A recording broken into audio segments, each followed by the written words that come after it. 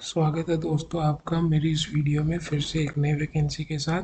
हम इस वीडियो में देखेंगे इसरो की तरफ से रिक्रूटमेंट जो 2025 की आ रखी है। इसरो की तरफ से ये रिक्रूटमेंट है 2025 की, और इसके अंदर टोटल वैकेंसी 13 है। ठीक है, 13 वैकेंसी टोटल है। और इसके अंदर आप यहाँ पे नीचे आओगे तो बाकी सब देख सकते हो। और यहाँ पे जो ये रिक्रूटमेंट है वो सैग रिक्रूटमेंट 2025 के अंतर्गत निकाली गई है, जिसके अंदर सिर्फ 2 पोस्ट हैं, प्रोजेक्ट एसोसिएट और प्रोजेक्ट साइंटिस्ट पोस्ट। ठीक है, और डेजिग्नेशन जैसे मैंने आपको बता दिया कि सिर्फ 2 पोस्ट की निकली है, और क्वालिफिकेशन ये चाहिए, और लोकेशन इसकी अहमदाबाद रहेगी।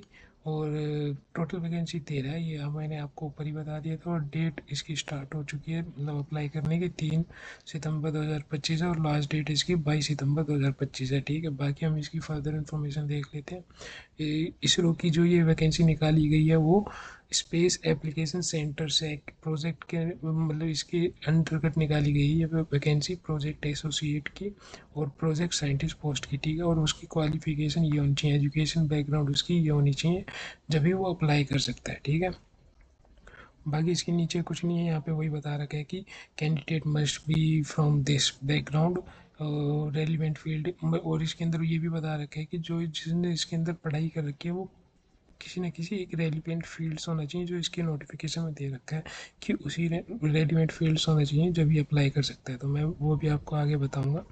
ठीक है, और टोटल वैकेंसी मैंने आपको बताई दी है 13 है। और प्रोजेक्ट एसोसिएट की यहाँ पे वैकेंसी आ रखी है 12, और प्रोजेक्ट साइंटिस्ट की वैकेंसी सिर्फ एक है यहाँ पे। ठीक है, और एज लिमिट इसके अंदर जो है वो 22 तारीख से जोड़ी जाएगी, सितंबर की। ठीक है, एज ऑन 22 सितंबर 2025। मतलब और मतलब इसमें सिर्फ अप्लाई कर सकते हैं 35 साल तक के जितने भी हैं। और बाकी जो यहाँ पे एज रिलैक्सेशन भी है एज पर गवर्नमेंट रूल, यानी जो कैटेगरी वाइज रिलैक्सेशन मिलता है वो भी यहाँ पे एप्लीकेबल है। ठीक है, और एजुकेशनल बैकग्राउंड मैंने आपको बता ही दिया, इस बैकग्राउंड से होना चाहिए एजुकेशन। ठीक है, और सिलेक्शन प्रोसेस यहाँ पे बेस्ड ऑन इंटरव्यू है। ठीक है, कंप्लीट यहाँ पे इंटरव्यू बेस होगा यहाँ पे आपका सिलेक्शन प्रोसेस।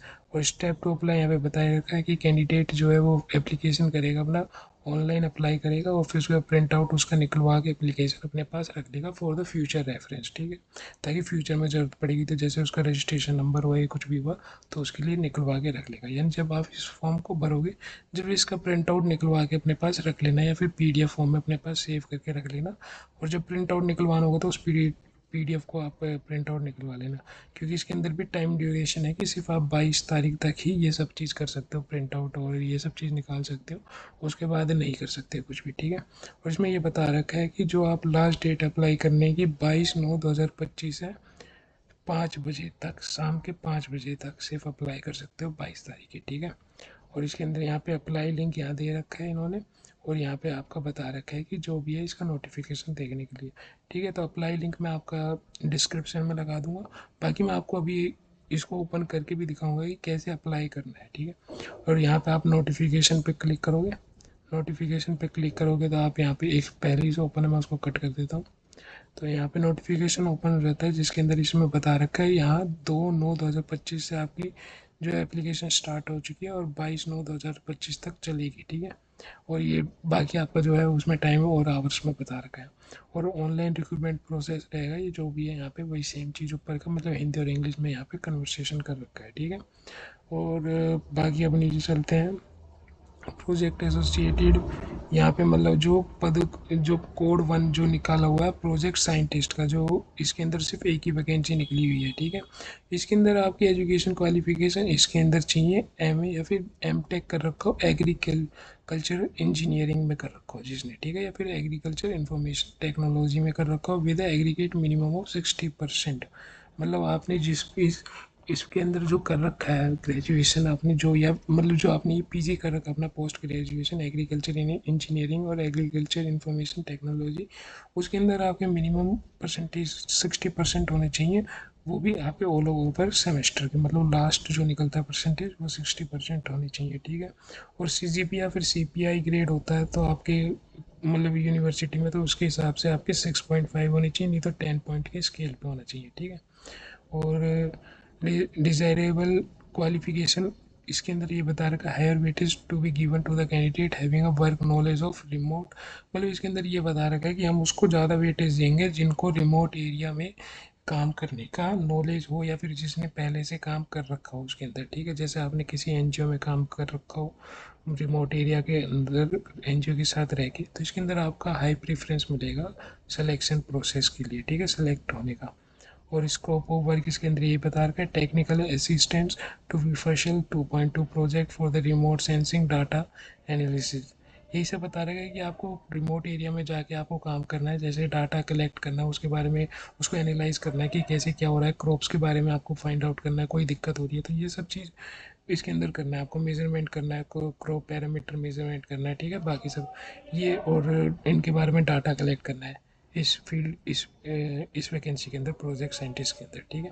बाकी आपको मैंने बता दिया कि आप अगर एमए और एमटेक कर रखा है वो भी आपको इस रेलिवेंट स्पेशलाइजेशन के साथ होना चाहिए, एग्रीकल्चर इंजीनियरिंग या फिर एग्रीकल्चर इंफॉर्मेशन टेक्नोलॉजी, ठीक है।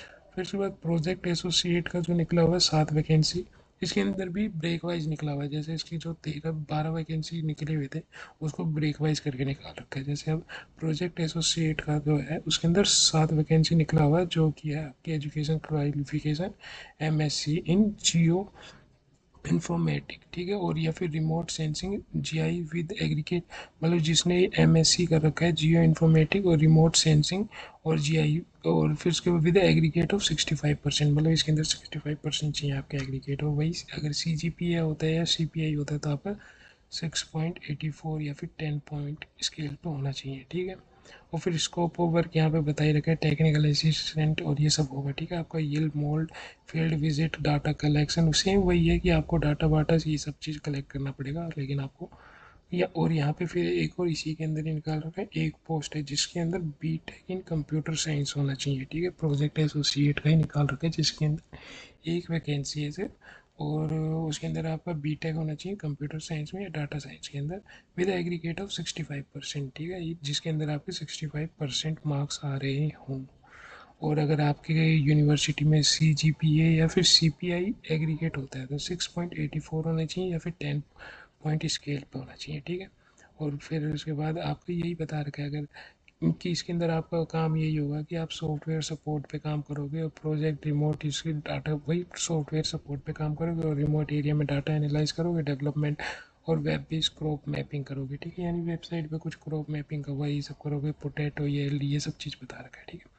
और इसी के अंदर फिर एक और 4 वैकेंसी आ रखी है जो MSc in agriculture scientist science की है, ठीक है। और इसके अंदर मतलब यही बता रखा है कि एमएससी जिसने इस रेलिवेंट फील्ड में कर रखा है वो भी अप्लाई कर सकता है, जिसकी 4 वैकेंसी है, ठीक है।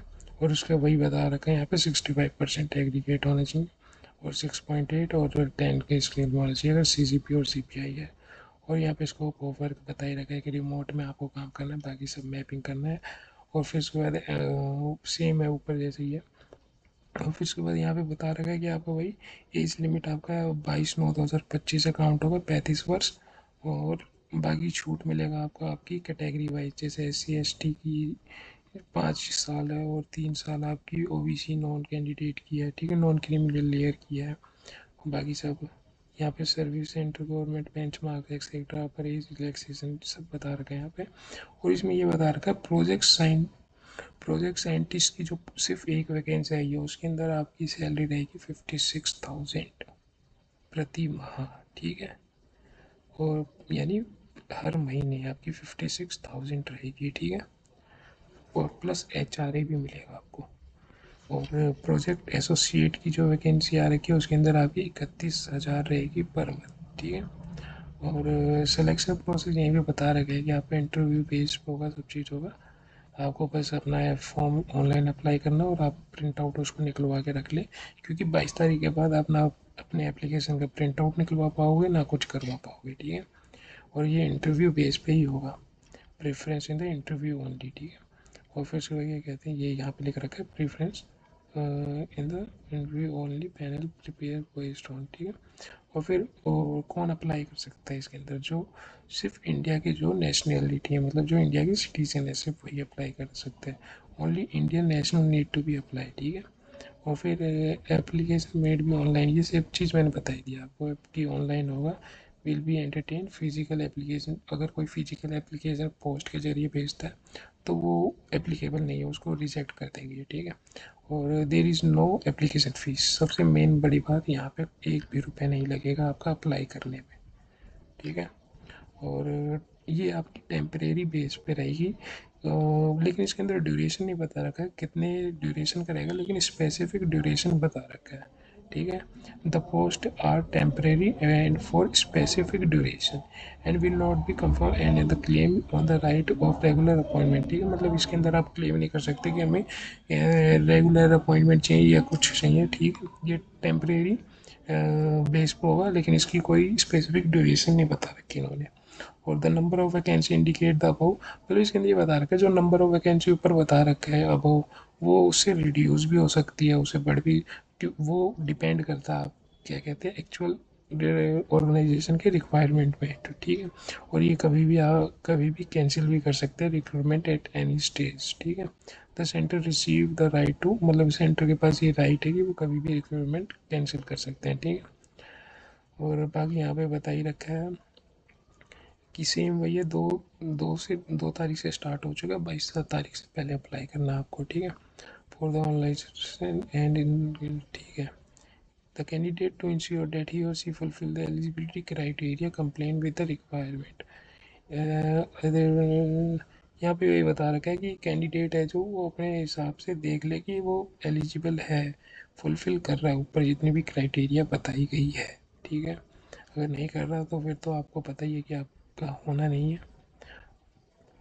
और यहाँ पे बता रखा है कि please note that the site will not be open for the printing application registration summary, मतलब ये बता रखा है कि 22 तारीख के बाद 22 तारीख को 5:30 बजे के बाद आप अपने एप्लीकेशन का प्रिंट आउट नहीं निकाल पाओगे, तो उससे पहले ही अपने पास प्रिंट आउट निकलवा के रख लेना, क्योंकि ये बहुत इम्पोर्टेंट चीज़ होता है प्रिंट आउट निकलवाना। और ऊपर से आपका सिलेक्शन प्रोसेस इंटरव्यू बेस पे है, ठीक है। बाकी यहाँ पे कुछ खास नहीं है। इस वीडियो को मैं अपने डिस्क्रिप्शन में लगा दूंगा, आप अपने एंड से भी एक बार पढ़ लेना, ठीक है।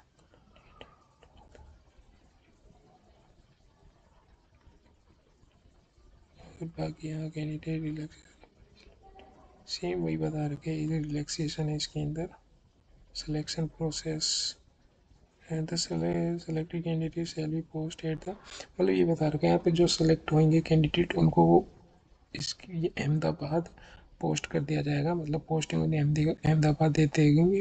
How ever they may be required to work and stay the location, मतलब कि उसको वहीं से काम करना पड़ेगा और वहीं पे रहना पड़ेगा in India during their tenure, मतलब जब भी जितने दिनों का उसका काम है और प्रोजेक्ट वहाँ चल रहा है, ठीक है।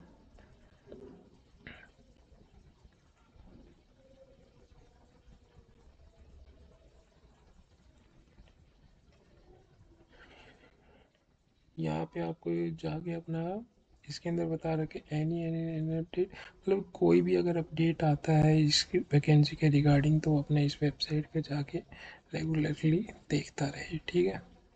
और या फिर इस वेबसाइट पे जाके,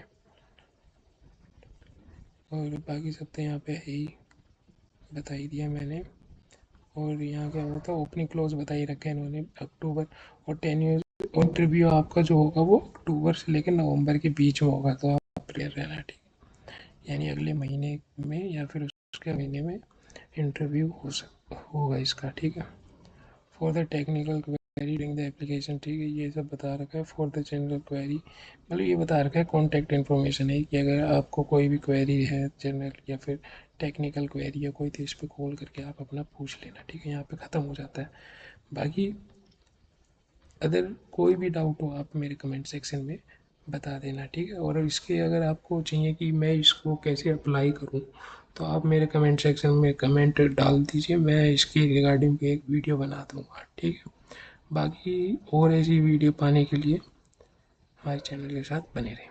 धन्यवाद।